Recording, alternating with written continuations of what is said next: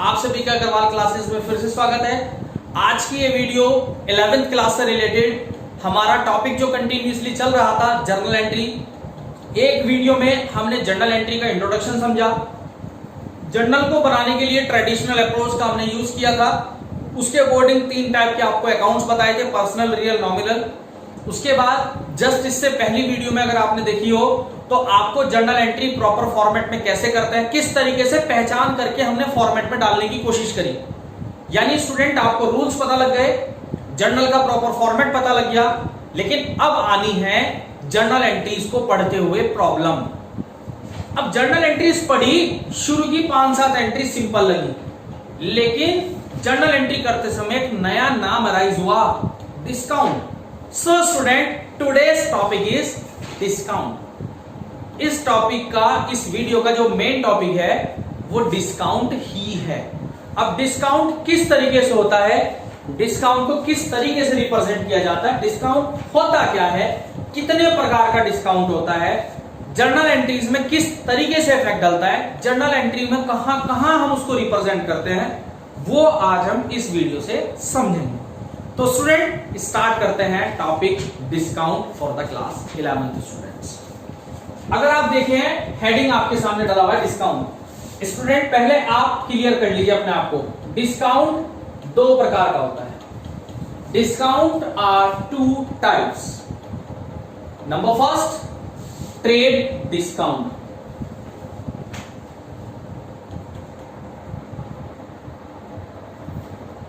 And number second is cash discount.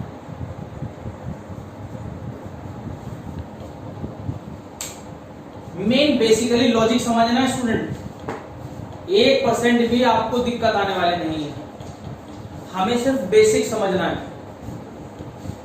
Trade discount कौन सा होता है और कैश डिस्काउंट कौन सा होता है। स्टूडेंट क्या होता है, सपोज एक मैन्युफैक्चरर है, उस मैन्युफैक्चरर से होलसेलर भी जाता है गुड्स खरीदने, और हो सकता है रिटेलर भी चला जाए। लेकिन मैन्युफैक्चरर के पास जाके कह दें कि भाई साहब 10 पीस दे दीजिए, तो नहीं, मैन्युफैक्चरर उस चीज को एक्सेप्ट नहीं करता। भाई साहब आप तो रिटेलर से जाके ले लो, 5-7 पीस चाहिए, मेरे यहां से अगर आपको गुड्स खरीदना है तो बल्क में खरीदो, ज्यादा क्वांटिटी में खरीदो। अब उनके माइंड में क्या बात आई, हमें क्या बेनिफिट मिलेगा जी, अगर मैं आपसे गुड्स बल्क में खरीदूं तो मुझे क्या बेनिफिट है, मुझे तो जितने रिक्वायरमेंट होगी मैं तो उतने खरीदूंगा, मैं एक्स्ट्रा ले जाके क्यों रखूं। अब मैन्युफैक्चरर ने कहा कि अगर आप गुड्स मुझसे बल्क में खरीदते हो, ज्यादा क्वांटिटी में खरीदते हो, तो आपको डिस्काउंट दे दिया जाएगा। अगर सपोज उसकी कॉस्टिंग 10,000 बैठती है तो मैन्युफैक्चरर कह रहा है आपको 10% का डिस्काउंट है, 9,000 में मिल जाएगा आपको सामान। अब यानी ये बात तो समझ में आई कि किसी के सोचने से अगर हमारे दिमाग में आते हैं कि 10,000 की चीज 9,000 में मिल रही है तो खरीद लो, that is trade discount. Trade व्यापार, यानी ट्रेड डिस्काउंट ने व्यापार बढ़ा दिया, बिजनेस बढ़ा दिया, बिजनेस को एक्सपेंड कर दिया। जहां मैं 10-20 क्वांटिटी खरीदने गया था, मैं वहां से 200 क्वांटिटी खरीद के लाया, तो उस मैन्युफैक्चरर ने अपना ट्रेड बढ़ा लिया, अपने व्यापार बढ़ा लिया, दैट इज ट्रेड डिस्काउंट। एक चीज और याद रखना स्टूडेंट, ट्रेड डिस्काउंट कभी भी जर्नल एंट्री में रिप्रेजेंट नहीं होता, ट्रेड डिस्काउंट कभी भी जर्नल एंट्री में शो नहीं होता, लेकिन उस ट्रेड डिस्काउंट का अमाउंट में डिडक्शन होता है। ट्रेड डिस्काउंट का कहां डिडक्शन होता है, अमाउंट में। अभी तक हमने कैश डिस्काउंट का कोई जिक्र नहीं करा, सिर्फ ट्रेड डिस्काउंट की बात चल रही थी। अब ट्रेड डिस्काउंट के अकॉर्डिंग हम जर्नल एंट्री कैसे करेंगे उसको समझिए। सबसे पहले मैं ट्रेड डिस्काउंट से रिलेटेड एंट्री कैसे होती है एग्जांपल देके आपको समझाना चाहता हूं। पहला एग्जांपल, ट्रेड डिस्काउंट की बात चल रहा हूं। Number first, goods purchase from Sumit rupees 10,000 and trade discount 10%। यानी हमने गुड्स खरीदा किसी सुमित से और हमें उस पर 10% का ट्रेड डिस्काउंट मिला। अब कैसे करेंगे आप? जब आप गुड्स खरीदेंगे तो आपके सामने दो चीज नजर आ रही है स्टूडेंट, वही बात, एक बार परचेज और एक बार सुमित। परचेज कौन सा अकाउंट है? Real account. गुड्स खरीदेंगे तो गुड्स आएगा, आने वाली चीज डेबिट। तो सर कंफर्म है जो चीज डेबिट होनी है उसको तो मैं डेबिट ही करूंगा, परचेज अकाउंट डेबिट।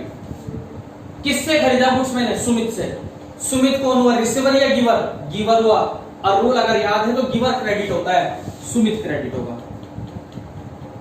नरेशन लिखनी बताई थी, बीइंग, और जितना आप शॉर्ट में एक्सप्लेन कर सकते हैं अपनी एंट्री को लिख के बता दीजिए। अब यहां पर एंट्री तो समझ में आ गई। मैंने बताया था ट्रेड डिस्काउंट अगर दिखाई दे जाए एंट्री में कोई चेंज नहीं होगा, लेकिन अमाउंट में चेंज होगा। अमाउंट अगर मैं लिखने चल रहा था तो मुझे पता था 10,000 का गुड्स है तो मैं 10,000 रुपए की एंट्री करता, लेकिन नहीं, वो गुड्स मैंने 10,000 में नहीं खरीदा, मुझे ऑफर मिली थी 10% की मैन्युफैक्चरर ने, या जो भी मुझे 10% का ट्रेड डिस्काउंट मिला। दैट मींस उस 10,000 में से 10% में माइनस करूंगा 10,000 का, तो 10,000 तो थी, 10,000 का 10% 1,000। इसका मतलब जो मैं गुड्स खरीदने की एंट्री करूंगा वो 9,000 से करूंगा। मेरी बात समझिए स्टूडेंट ध्यान से, जनरल एंट्री में कोई इफेक्ट नहीं है। इफेक्ट अगर है तो अमाउंट में। ट्रेड डिस्काउंट का इफेक्ट एंट्री पे नहीं पड़ता, सिर्फ कहां पे पड़ता है? अमाउंट में पड़ता है। अगली एंट्री एक और देखते हैं, number 2, sold goods to Hari ₹20,000 and trade discount 20%। जो गुड्स है उसका इनवॉइस प्राइस 20,000 है और 20% के ट्रेड डिस्काउंट पे मैंने उसको बेचा। तो स्टूडेंट फिर वो दिमाग में वाली बात, एक गुड्स दिखाई दे रहा और एक मुझे हरी दिखाई दे रहा। मैंने गुड्स हरी को बेचा है। हरी कौन है? गुड्स को पाने वाला है। हरी रिसीवर है और रिसीवर डेबिट होता है। रिसीवर डेबिट होता है, तो रिसीवर डेबिट होगा तो मैं सुमित को डेबिट करूंगा, सुमित कह रहा हूं सॉरी, हरी को। हरी डेबिट। गुड्स बेचते समय गुड्स चला जाता है, जाने वाली चीज क्रेडिट होती है, लेकिन जब गुड्स को बेचते हैं तो स्टूडेंट आपको बताया था सेल्स लिखते हैं उसको। नरेशन आप बता जान ही चुके हैं, बीइंग, जितना भी क्वेश्चन है उसको जितना भी आप शॉर्टकट तरीके से लिख सकते हैं तो लिख के दिखा दीजिए। बात आ रही थी अमाउंट की, क्वेश्चन में पता लग गया, याद हो गया सर, अब नहीं भूलने के हम।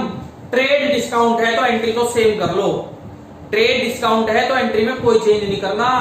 आने वाली चीज डेबिट, जाने वाली क्रेडिट, पाने वाला डेबिट, देने वाला credit, expenses loss debit, income और प्रॉफिट क्रेडिट। इन्हीं तीन ही अकाउंट के साथ एंट्री को लिखना जान गए, सिर्फ अमाउंट को ध्यान दे दो, ट्रेड डिस्काउंट कंप्लीट।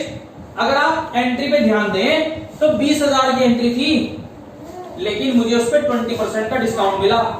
20,000 का 20% कैलकुलेट करेंगे तो 4,000 रुपए आएगा। इसका मतलब जो गुड्स बिका है वो कितने का बिका? 16,000। 20,000 में से 4,000 का डिस्काउंट माइनस करने के बाद, यानी ये बात हुई हमारी ट्रेड डिस्काउंट की। स्टूडेंट ये कहानी किस चीज की हुई हमारी कंप्लीट? ट्रेड डिस्काउंट की। Now the time of cash discount. अब बात आती है कैश डिस्काउंट की। कैश डिस्काउंट होता क्या है, किस तरीके से दिखता है, आप यहां पर समझिए। सपोज एक रिटेलर है, रिटेलर के पास कस्टमर आया, कस्टमर शॉपकीपर से गुड्स उधार खरीद के जाता है। उसने कहा कि मैं आपका पेमेंट 2 महीने बाद दूंगा। अब कहीं ना कहीं शॉपकीपर के माइंड में लगा रहता है, यार 2 महीने बाद का भी क्या भरोसा, इससे तो पैसा अभी दे जाए, चाहे 10 रुपए कम दे जाए, लेकिन टेंशन तो नहीं है कि 2 महीने बाद पैसा मिलेगा या नहीं मिलेगा। तो यानी जो प्रॉम्प्ट पे, यानी जब तुरंत पैसा देने की बात आती है तो आदमी अपनी जेब से पैसा निकालने की तब कोशिश करता है जब उसको डिस्काउंट मिले। यानी कैश डिस्काउंट किस लिए दिया जाता है? कैश को रिसीव करने के लिए, जल्दी से जल्दी किसी तरह कस्टमर से मुझे पैसा मिल जाए, वो कैश डिस्काउंट होता है। सेम फॉर दैट देने वाली भी होती है। हम दोनों नजरिए से देखा जाए, हम डिस्काउंट रिसीव भी करते हैं और पेड भी करते हैं। डिस्काउंट रिसीव भी होता है और डिस्काउंट अलाउड भी होता है। यानी कैश डिस्काउंट दो प्रकार का होता है, डिस्काउंट अलाउड और डिस्काउंट रिसीव। कैश डिस्काउंट दो प्रकार का होता है, तो डिस्काउंट अलाउड होता है और एक डिस्काउंट रिसीव होता है।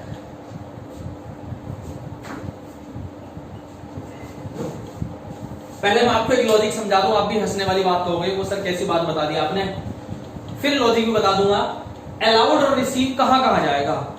डाउट रहता कि सर डिस्काउंट डेबिट में जाएगा क्रेडिट में। पहले रेक्टिफिकेशन वाली बात, डिस्काउंट को कैश के साथ बांधो। डिस्काउंट को किसके साथ बांध दो? कैश के साथ। कैश अगर डेबिट तो डिस्काउंट भी उसके साथ बंधा हुआ। कैश डेबिट में जा रहा है तो डिस्काउंट भी डेबिट में ही जाएगा, कंफर्म है। अगर कैश क्रेडिट हो रहा तो सोचने की जरूरत ही नहीं है, डिस्काउंट भी क्रेडिट ही जाएगा। अगर डिस्काउंट क्रेडिट में जा रहा तो डिस्काउंट रिसीव होता है, और डिस्काउंट अगर डेबिट में आ रहा है तो डिस्काउंट अलाउड होता है। क्लियर है? अब आप लॉजिक की बात करेंगे। किसी से 1000 मिलने थे, किसी से 1000 मिलने थे, 900 मिले, 100 रुपए का डिस्काउंट दे दिया, डिस्काउंट अलाउड। यानी एक तरीके से देखा जाए 100 रुपए का नुकसान हो गया मुझे। मिलने 1000 थे, मिले 900, 100 रुपए का डिस्काउंट दे दिया, डिस्काउंट यार लॉस हो गया। लॉस डेबिट होता है, इसलिए डिस्काउंट अलाउड डेबिट में जाता है। समझ गए स्टूडेंट? डिस्काउंट रिसीव कब होता है? किसी को 1000 देने थे, 900 दे दिए, 100 रुपए का डिस्काउंट मिल गया मुझे, फायदा हो गया, प्रॉफिट हो गया, क्रेडिट होता है प्रॉफिट। नॉमिनल अकाउंट के रूल याद है, एक्सपेंसेस और लॉस डेबिट और इनकम और प्रॉफिट क्रेडिट। यानी डिस्काउंट अलाउड हमेशा डेबिट होता है और डिस्काउंट रिसीव हमेशा क्रेडिट होता है। डाउट खत्म हुआ स्टूडेंट? कैश के साथ बांध दो, लॉजिक भी समझ में आ गया। और जब क्वेश्चन करें भूल जाए तो भूलने की जरूरत नहीं है। डिस्काउंट किसके साथ बंधा हुआ? कैश के साथ। Cash debit, discount debit, cash credit, discount भी क्रेडिट।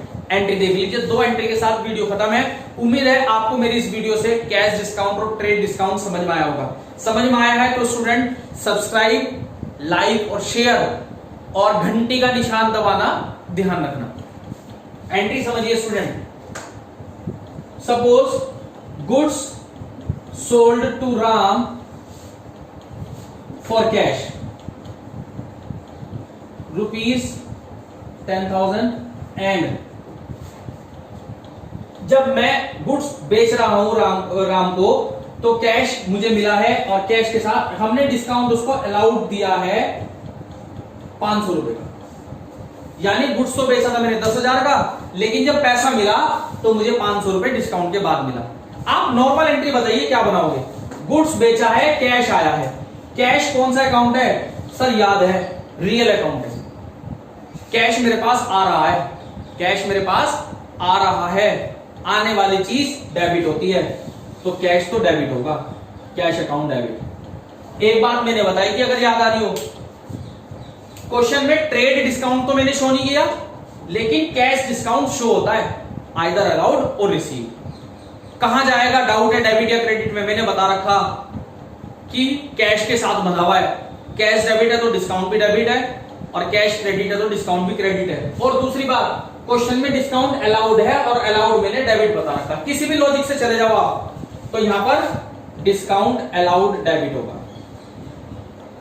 यानी देखो कैश डेबिट है तो डिस्काउंट भी डेबिट होगा, रटा हुआ है, डाउट ही नहीं है। Cash debit, discount debit, cash debit है तो डिस्काउंट भी डेबिट होगा, डाउट ही नहीं है।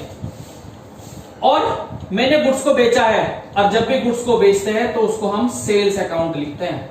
अब अमाउंट कैसे आई? टोटल गुड्स बेचा था मैंने 10,000 का, डिस्काउंट अलाउड कितना करा मैंने? 500। इसका मतलब मेरी जेब में पैसा कितना आया? 9,500। मुझे 10,000 मिलने थे, मिले 500 रुपए का मैंने डिस्काउंट दे दिया, तो मेरी जेब में कितने आए? 9,500। एक एंट्री और करा रहा हूं, उसमें ट्रेड और कैश डिस्काउंट दोनों इंक्लूड होते हैं। दोनों एंट्री एक साथ आ जाए तो कैसे होगा वो भी तो पता होनी चाहिए ना, कैसे लिखेंगे? नेक्स्ट एंट्री है goods purchase for cash ₹10,000, trade discount 10% and cash discount 20%। याद रखना स्टूडेंट, अगर ट्रेड डिस्काउंट और कैश डिस्काउंट दोनों एक साथ आ जाए तो पहले टीडी घटेगा फिर सीडी घटेगा। पहले क्या घटेगा? टीडी। सर टीडी तो शो करते नहीं, बिल्कुल ठीक, टीडी शो नहीं करने के, लेकिन सीडी जो है, जो कैश डिस्काउंट है, वो तो शो करना होगा। कहां जाएगा? डेबिट या क्रेडिट? कैश के साथ बंधा हुआ, पता नहीं कहां जाएगा। जहां कैश वही डिस्काउंट, भूलने की जरूरत ही नहीं है। अदरवाइज अलाउड है तो डेबिट में, रिसीव है तो क्रेडिट में। अब एंट्री पास आउट करते हैं, ध्यान से समझेंगे। मैंने गुड्स परचेज किया है तो मेरे पास गुड्स आया है और आने वाली चीज डेबिट होती है, परचेज अकाउंट डेबिट। क्या गया मेरी जेब से?